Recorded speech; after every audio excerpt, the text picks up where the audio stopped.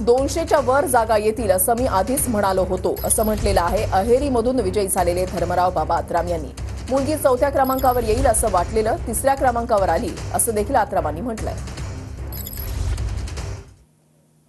नाही, ते तर होणारच होता, कारण की पहिलेच मी सांगितलो की मी जिंकणार आणि 4था नंबरवर मुलगी येईल, परंतु 3ऱ्यावर आली।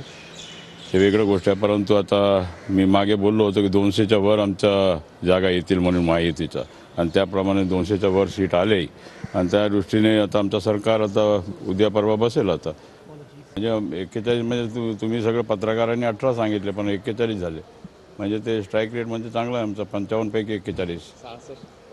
हां, मग आहेच। पुढच्या काळात कशा पद्धतीने या सगळ्यांमध्ये योजनांचा कुठेतरी चांगला फायदा झाला असं वाटतंय? झाला फायदा झाला, योजनांचाच फायदा झाला। लाडकी बहीण विरोधी पक्ष नेताही बनू शकत नाही बनू शकत, आता बसतील, त्यांचं काम ते करतील, आमचं काम आम्ही करू। नाही, सगळे पडले, मोठे मोठे नेते पडले, आता झालं ना, ते कुठेतरी थांबले पाहिजे।